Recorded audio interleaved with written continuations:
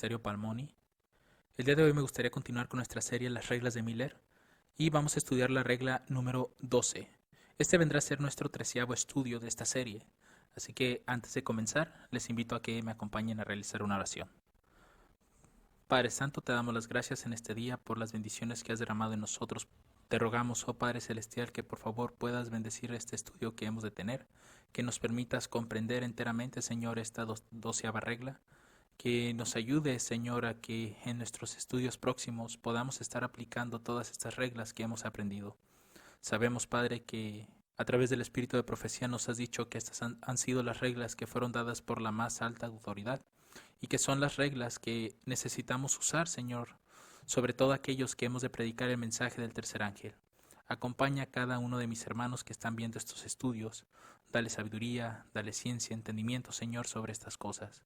Y de igual forma a mí, Padre, dirígeme, por favor, para que todo lo que hable sea para honra y gloria tuya. Te suplicamos estas cosas, no en nuestros méritos, sino en los méritos de Cristo Jesús. Amén. La 12ª regla nos dice lo siguiente: para aprender el verdadero significado de figuras, rastree su palabra figurada por toda la Biblia, y donde lo encuentre explicado, póngalo en su figura, y si tiene sentido, no busque más, si no, busque de nuevo. Esta es la primera de las reglas que no tiene textos de prueba consigo, junto con otra que vamos a ver más adelante. Pero esta es la primera, y también cabe resaltar que esta es la última regla que nos va a hablar acerca de las figuras.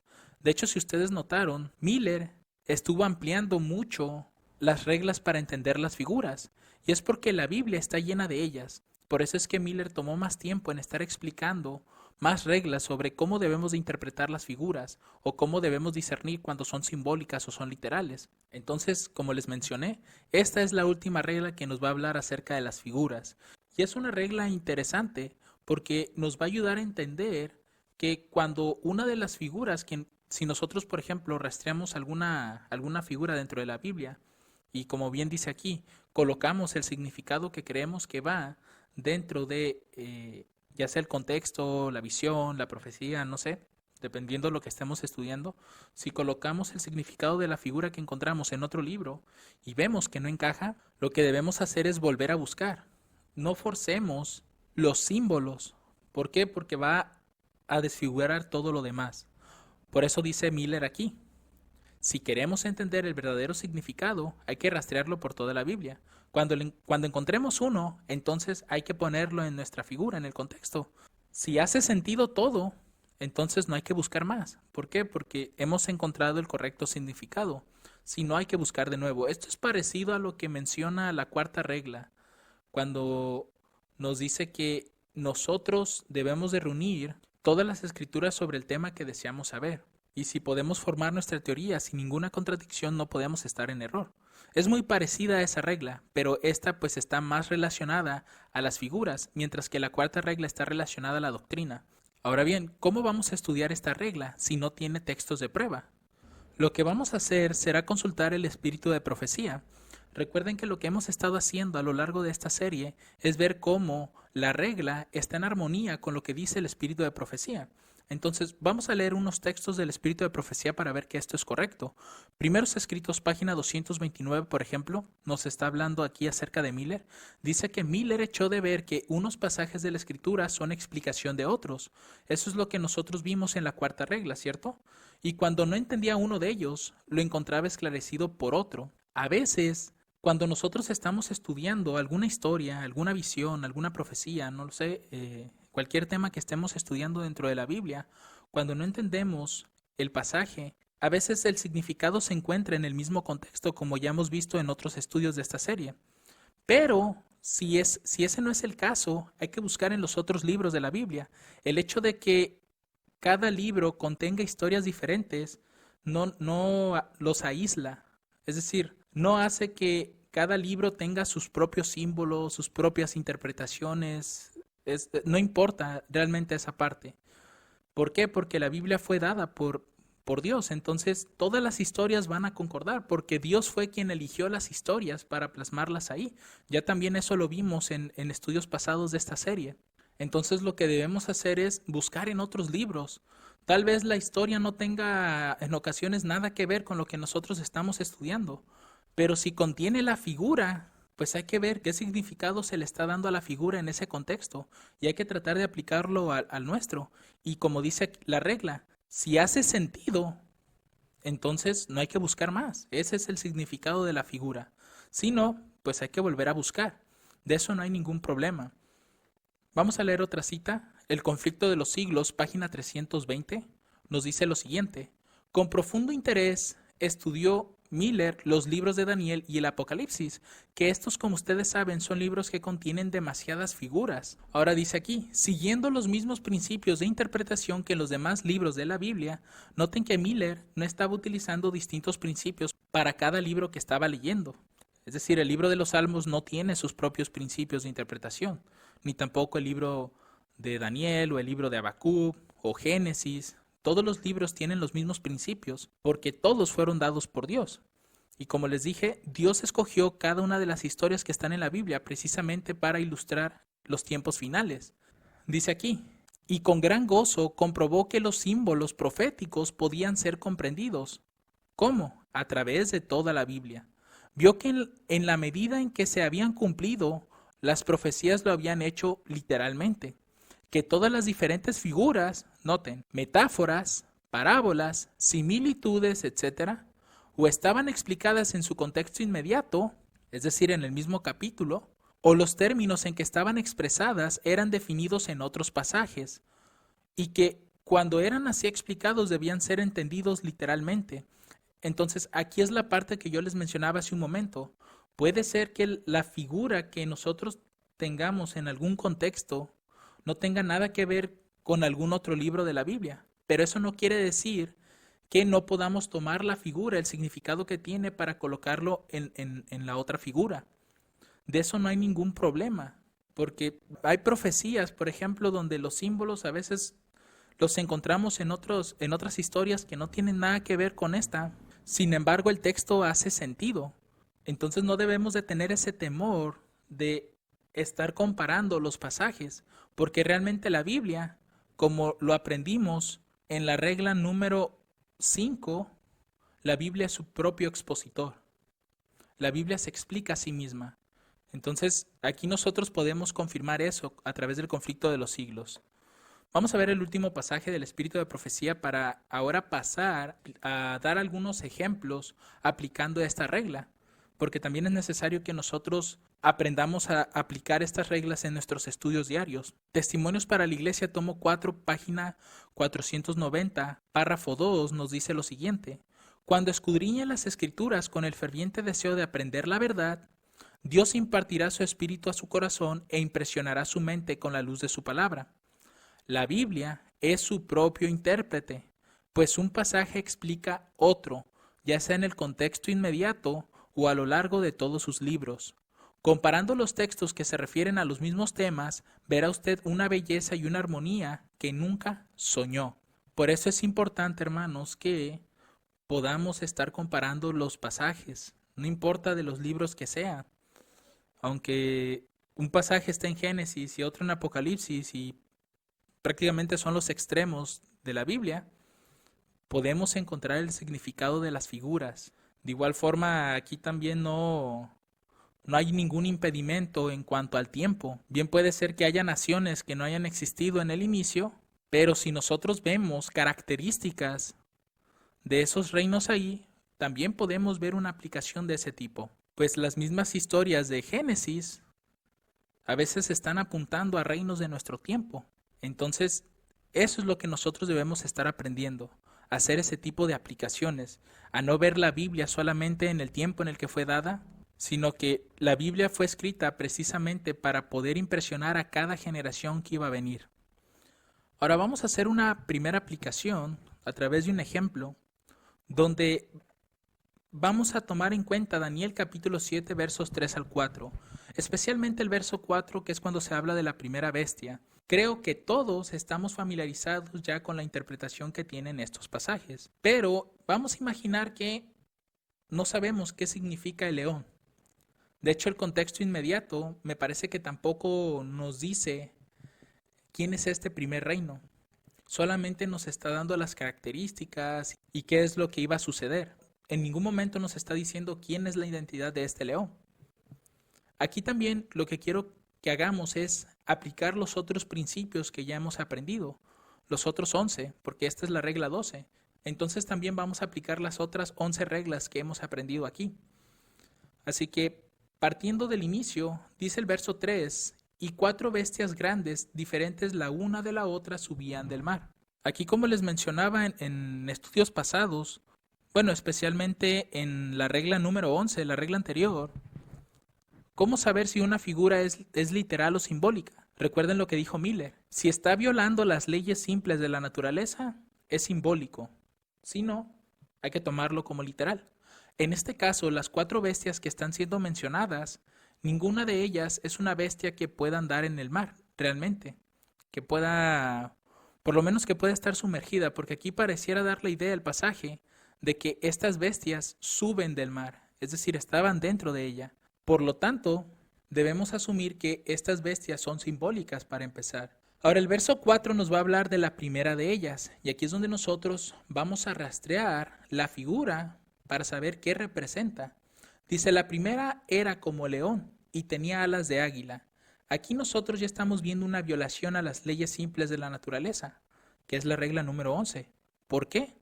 Porque estamos viendo que el león tiene alas de águila, y nosotros en la naturaleza sabemos que los leones no tienen alas, por tanto, el león es un símbolo aquí. Dice, yo estaba mirando hasta que sus alas fueron arrancadas, y fue quitada de la tierra, y se puso enhiesta sobre los pies a manera de hombre. Sabemos que los leones como tal tampoco pueden caminar como los hombres, erguidos. Por tanto, sigue siendo un símbolo aquí, y le fue dado corazón de hombre. Hasta aquí acaba con la descripción de la primera bestia, y ya en el siguiente verso va a comenzar con la descripción de la segunda bestia. Pero lo que vamos a hacer aquí es rastrear la palabra león, que eso es algo que ya hicimos también en estudios pasados. Y nosotros también en estudios pasados habíamos encontrado que precisamente en la Biblia hay unos 4 significados o representaciones de un león. Por ejemplo, si vamos al libro de Génesis capítulo 49 verso 9, nosotros vamos a encontrar que Judá es un león. Dice, cachorro de león es Judá, de la presa subiste, hijo mío, se encorvó, se echó como león, así como león viejo, ¿quién lo despertará? Aquí es donde vemos uno de los primeros simbolismos en cuanto a león. Y de hecho nosotros podríamos, como dice Miller, hay que ver si hace sentido con el texto. Aquí menciona que la primera bestia era como un león. Y vemos que Judá representa a un león. Si leemos el contexto de Daniel 7, se nos dice que las bestias representan reinos. Judá es un reino. Aquí mismo en el contexto inmediato de Génesis, pues sabemos que aquí Judá era nada más una persona.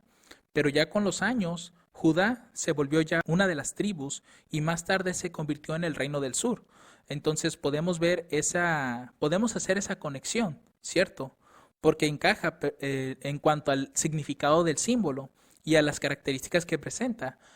Pero aquí hay un error, porque si ustedes notan en el contexto, se habla de los poderes que iban a ser potencia, y si ustedes recuerdan, Daniel se encontraba en Babilonia, y Judá ya no era un reino libre, eran esclavos de Babilonia. Por tanto, aquí choca esa interpretación. Por lo tanto, Judá no me está representando al león que se encuentra aquí. Y aquí es donde haríamos lo que dice Miller. Donde encontremos explicado el símbolo, la figura, hay que ponerlo. Y si tiene sentido, no hay que buscar más. Si no, hay que buscar de nuevo. En este caso, veamos otro pasaje que nos habla precisamente de león. Primera de Pedro capítulo 5 verso 8 dice, sed sobrios y velad, porque vuestro adversario el diablo, cual león rugiente, anda alrededor buscando a quien devorar. Aquí nosotros tampoco podríamos aplicar o decir que el diablo me está representando al león. ¿Por qué? Porque recuerden lo que dice el texto, que cada uno de estas bestias está representando un reino y están luchando unos con otros. Entonces, realmente el diablo no puede estar luchando consigo mismo si va a estar representando a cada uno de estos poderes o está representando en este caso al león. Porque recuerden lo que dice Cristo en una ocasión, un reino dividido no puede mantenerse. Entonces, por lo tanto, nosotros no podemos aplicar el símbolo de el león que representa al diablo en estas figuras, porque realmente lo que está siendo representado aquí son los reinos de la tierra. Entonces, pues no podríamos aplicar especialmente al adversario este símbolo. Por lo menos en este contexto no podríamos hacer eso. Así que como esta figura no hace sentido con el texto, hay que buscar de nuevo. Al rastrear otra palabra, nosotros nos vamos a encontrar con Apocalipsis capítulo 5, verso 5. Aquí nos dice que uno de los ancianos me dijo, no llores, he aquí el león de la tribu de Judá, la raíz de David, que ha vencido para abrir el libro y desatar sus 7 sellos. Sabemos que este león de la tribu de Judá no se está refiriendo específicamente a la tribu de Judá, se está refiriendo específicamente a Cristo. Entonces, el león también es un símbolo de Cristo. Ahora, ¿Cristo está luchando por los poderes terrenales? Tampoco, porque recuerden que en el mismo contexto más adelante se está hablando de Cristo, el Hijo del Hombre, que está recibiendo todos los reinos de la tierra. Entonces Cristo ya no tiene que luchar por ellos. Y de hecho, cuando Él estuvo aquí en la tierra, Él mismo dijo que su reino no era de este mundo. Entonces, con esto podemos ver que el símbolo de león, que también le pertenece a Cristo, no hace sentido con este pasaje. Por tanto, hay que volver a buscar de nuevo. Y aquí es donde llegamos precisamente a Jeremías capítulo 50, verso 17. Nos dice, oveja descarriada es Israel, leones lo dispersaron, el rey de Asiria lo devoró primero, este Nabucodonosor, rey de Babilonia, lo deshuesó después. Lo que nosotros podemos ver aquí es que hay 2 imperios, 2 reinos, y realmente estas bestias representan reinos, en eso encaja perfectamente. Ambos tienen el símbolo de león, ambos son leones, tanto Asiria como Babilonia, y eso también encaja perfectamente aquí, pero aquí no hay leones, aquí hay solamente un león. Entonces aquí uno de los dos es el que me está representando este poder. ¿Y quién tiene que ser?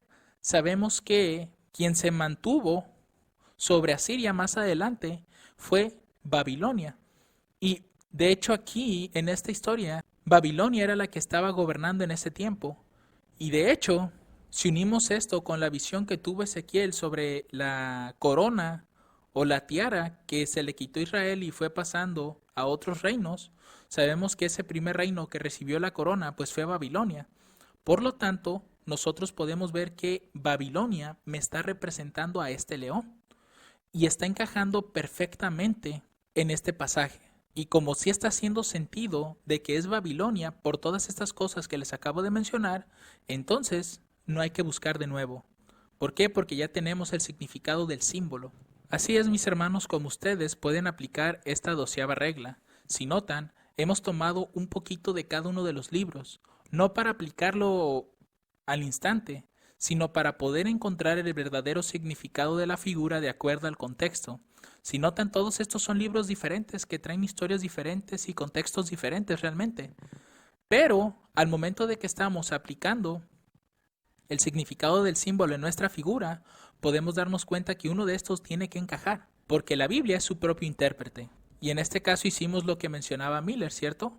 O más bien lo que Dios nos dice, tomar un poquito de aquí, otro poquito de allá, un poquito de aquí, otro poquito de allá, hasta que encontremos el significado de las figuras. Vamos a ver un segundo ejemplo para concluir con este estudio. Todos estamos familiarizados con Apocalipsis capítulo 9.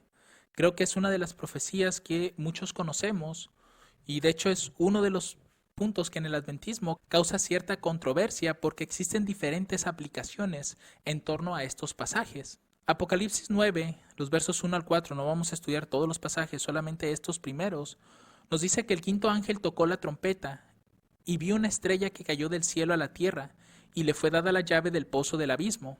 Verso 2. Y abrió el pozo del abismo y subió humo del pozo como el humo de un gran horno, y se oscureció el sol y el aire por el humo del pozo, y del humo salieron langostas sobre la tierra, y les fue dado poder como tienen poder los escorpiones de la tierra, y les fue mandado que no hiciesen daño a la hierba de la tierra, ni a ninguna cosa verde, ni a ningún árbol, sino solamente a los hombres que no tienen el sello de Dios en sus frentes. Aquí es donde vamos a aplicar también las otras 11 reglas que hemos estado estudiando para poder encontrar el significado de estos pasajes, sobre todo porque en el adventismo corren demasiadas doctrinas en torno a esto, o más bien diferentes interpretaciones. Una de ellas, por ejemplo, que es en la que nos vamos a enfocar en este estudio, es que esta estrella que cayó del cielo es Satanás. Esa es una de las corrientes que mencionan. Y que esa llave que le fue dada del pozo del abismo, mencionan que el abismo es un lugar donde están habitando los demonios. Y al abrir Satanás ese pozo del abismo fue que liberó a los demonios. Aquí hay varias cosas que no hacen sentido. Una, si realmente esta estrella fuera Satanás, que dice que cayó del cielo a la tierra, vamos a conectarlo con la Biblia. El único pasaje que nos habla de esta parte, y bueno, hay otro también en Isaías, pero aquí lo está diciendo Cristo mismo, es Lucas capítulo 10, verso 18. Cristo les dice a sus discípulos, yo vi a Satanás caer del cielo como un rayo.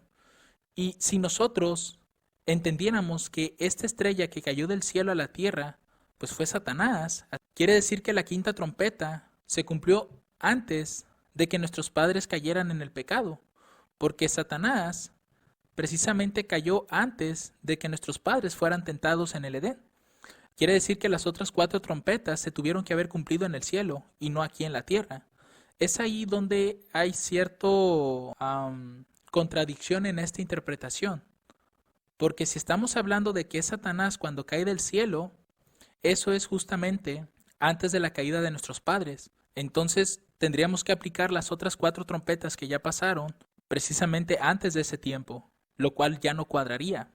Igual que me parece también que hay otra interpretación, porque la escuché por ahí en un video, donde dicen que esta estrella que cae es una especie de meteorito o algo así. Tampoco encajaría. ¿Por qué?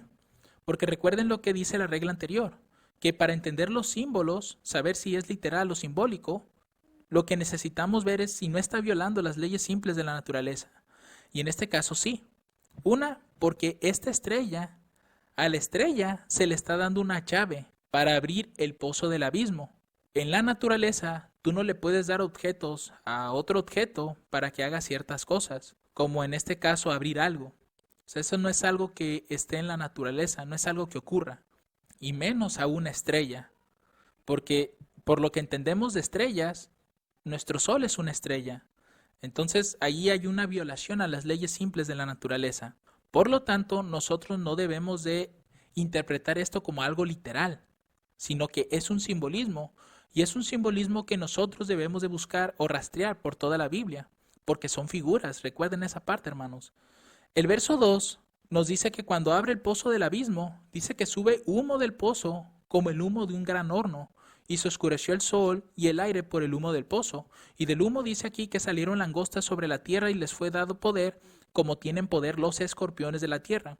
Aquí es donde entra otro detalle. Cuando hablan de que el pozo del abismo es el lugar donde habitan los demonios, esto lo conectan precisamente con Lucas capítulo 8 versos 30 al 31, que dice que Jesús le preguntó diciendo, ¿cómo te llamas? Y él dijo Legión, porque muchos demonios habían entrado en él. Y el verso 31, la legión le está rogando a Cristo, diciéndole que no los mandase a ir al abismo. Y es aquí donde ellos hacen la conexión con este pasaje. Realmente nosotros debemos de entender estos pasajes de acuerdo al contexto que se está dando.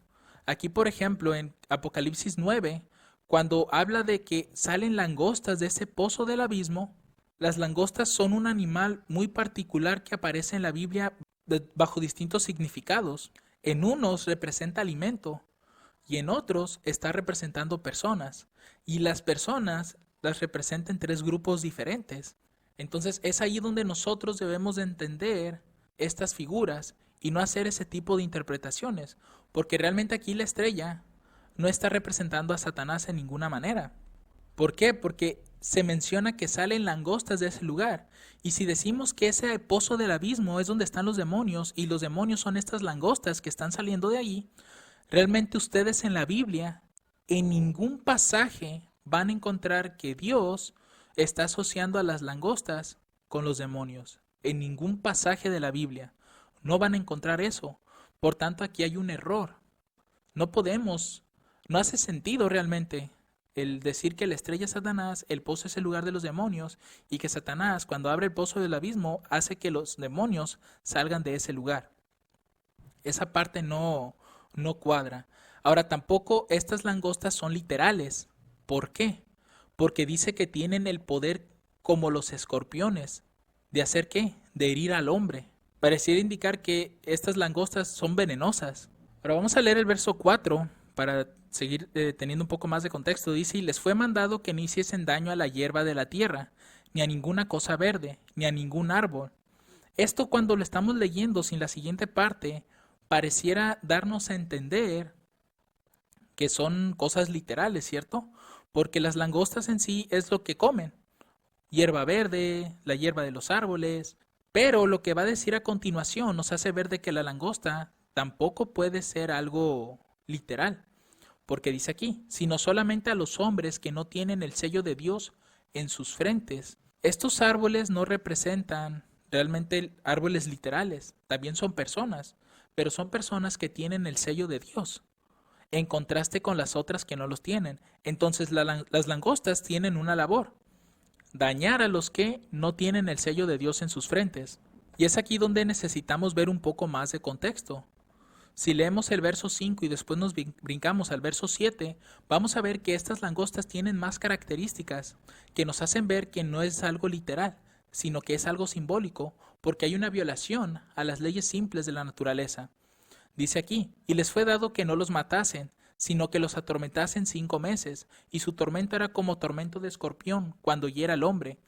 Esta parte nos debe de hacer ver que estas langostas tienen una violación a la ley natural, porque las langostas no son animales que sean como los escorpiones, que puedan tener veneno o alguna toxina que pueda dañar al hombre y hacerlo realmente sufrir, sino que es algo simbólico. Entonces la langosta tiene que ser un símbolo de algo. Dice aquí después el verso 7, dice, y el parecer de las langostas era semejante a caballos preparados para la guerra. Noten que aquí ya se está dando un poco de significado, porque nos está dando la apariencia que tienen estas langostas, nos está interpretando. Y dice que eran como caballos preparados para la guerra. Quiere decir que las langostas tienen que ser personas. Dice, sobre sus cabezas tenían como coronas semejantes al oro y sus caras eran como caras de hombres. Ya desde aquí ya se nos está diciendo en el verso 7 que estas langostas son personas. ¿Pero de dónde? ¿O quiénes son? Esa es la pregunta. Y aquí es donde nosotros vamos a rastrear la figura de la langosta a través de la Biblia. Y vamos a encontrar, por ejemplo, en Números capítulo 13, verso 33, uno de estos significados. Dice aquí, también vimos allí gigantes, hijos de Anac, raza de los gigantes, y éramos nosotros a nuestro parecer como langostas, y así les parecíamos a ellos. Aquí si lo vemos en un contexto rápido, sabemos que estos eran pues los 2 espías, y realmente cuando las personas están hablando en esa historia, se están refiriendo a esos 2 espías. Bueno, si lo quisiéramos ver un poco más amplio, pues representaría al pueblo de Dios, ¿cierto? Porque esos 2 espías era uno de cada tribu, entonces estaban representando a sus tribus. Así que podemos decir que las langostas en la Biblia tienen cierto simbolismo con los hijos de Dios. Jueces capítulo 7, verso 12. Dice, Madián y Amelec y todos los orientales estaban tendidos en el valle como langostas en muchedumbre, y sus camellos eran innumerables como la arena que está a la ribera del mar en multitud. Este es otro de los símbolos que encontramos en la Biblia, que las langostas están asociadas a los orientales, a los hijos de Ismael. Entonces ya tenemos aquí 2 significados, y ahorita pues vamos a hacer la aplicación. Y finalmente tenemos otro, Isaías capítulo 40, verso 22. Aquí se nos dice que Él, es decir, Dios, está sentado sobre el globo de la tierra, cuyos moradores son como langostas. Él extiende los cielos como una cortina, los despliega como una tienda para morar. Lo que quiero que noten aquí es que Dios también está considerando a todos los moradores de la tierra, sin excepción, como ser langostas.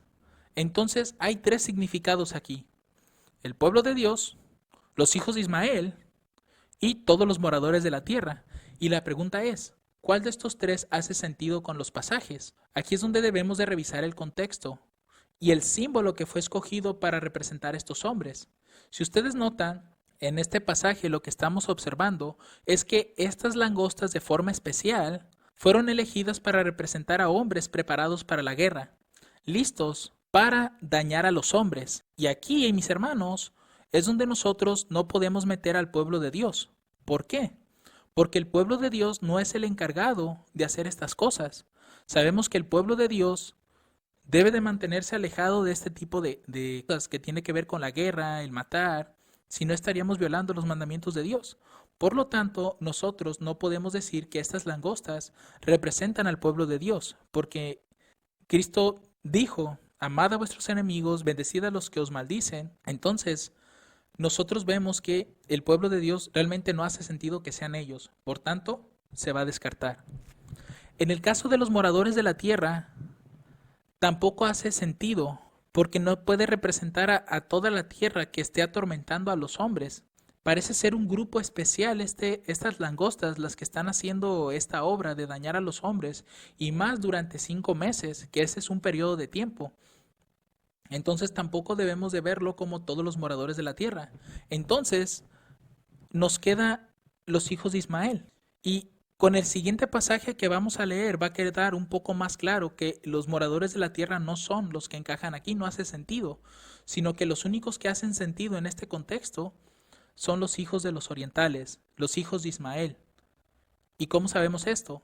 Para empezar, nosotros estamos viendo en este pasaje que el símbolo que fue escogido fueron las langostas. Y hay que rastrear las langostas. ¿Cuál es la procedencia en la Biblia de las langostas? ¿De dónde Dios las trae? Y para eso vamos a citar Éxodo. Éxodo capítulo 10, verso 13. Dios le dijo a Moisés, extiende tu vara sobre la tierra de Egipto. Y Jehová trajo un viento oriental sobre el país todo aquel día y toda aquella noche. Y a la mañana el viento oriental trajo a la langosta. Entonces, ¿de dónde vino la langosta? ¿O quién trajo a la langosta? El viento oriental. Del oriente es de donde provienen las langostas. Y aquí, de todos estos 3 grupos que encontramos que representan a las langostas, el único que procede del oriente son los hijos de Ismael. Son todos los orientales. Por lo tanto, este símbolo de langosta le corresponde a los hijos de Ismael y no tiene nada que ver con los demonios. No está representando a los demonios en este caso, ni está representando al pueblo de Dios, ni está representando langostas literales. Son personas, son los hijos de Ismael los que están siendo representados aquí. Entonces, las otras interpretaciones realmente no hacen sentido con los pasajes, sino solamente esta de aquí, de que estas langostas tienen que ser los orientales. Y el hecho de que salgan del pozo del abismo nos debe de hacer pensar de qué lugar provienen estos hijos del oriente. Provienen de los desiertos árabes. Entonces ese pozo del abismo tiene que ser el desierto. Y hasta cierto punto encaja todavía también con lo que dice en el verso 2, que el humo que salía del pozo era como el de un gran horno. Y ustedes saben que en los desiertos las temperaturas son muy altas, pues son lugares incluso donde se considera el agua como oro, porque es algo que escasea mucho en los desiertos. Entonces, partiendo de todas estas cosas, hermanos, nosotros no podemos ver a esta estrella como siendo Satanás también, sino que debe de representar otra cosa. Debe de representar a un ser humano también. Y en este caso, de acuerdo a lo que los pioneros encontraron, es que esta estrella representa a Mahoma, el profeta del Islam. Así que con esto, mis hermanos, hemos hecho una aplicación de esta 12ª regla, donde hemos rastreado el significado que tiene la figura langosta por la Biblia, tomando un poquito de allí y otro poquito de allá, y hemos encontrado que precisamente el único que encaja, el único pasaje que hace sentido, pues es el de Jueces 7:12. Y termino leyendo nuevamente la regla. Para aprender el verdadero significado de las figuras, hay que rastrear la palabra figurada por toda la Biblia. Y donde lo encontremos explicado, hay que ponerlo en nuestra figura. Y si tiene sentido, no hay que buscar más. Si no, hay que buscar de nuevo. Y así es, hermanos, cómo se aplica esta regla. Ustedes lo pueden hacer con cualquier pasaje y quiero que noten cómo estamos aplicando constantemente las otras reglas, tomando un poquito de allí, otro poquito de allá. Números, Jueces, Isaías, Éxodo, libros diferentes con historias diferentes, bajo contextos distintos, pero que tienen el significado de otras historias. Así que mis hermanos, espero este tema haya sido de gran bendición para ustedes. Que el Señor les bendiga abundantemente. Amén.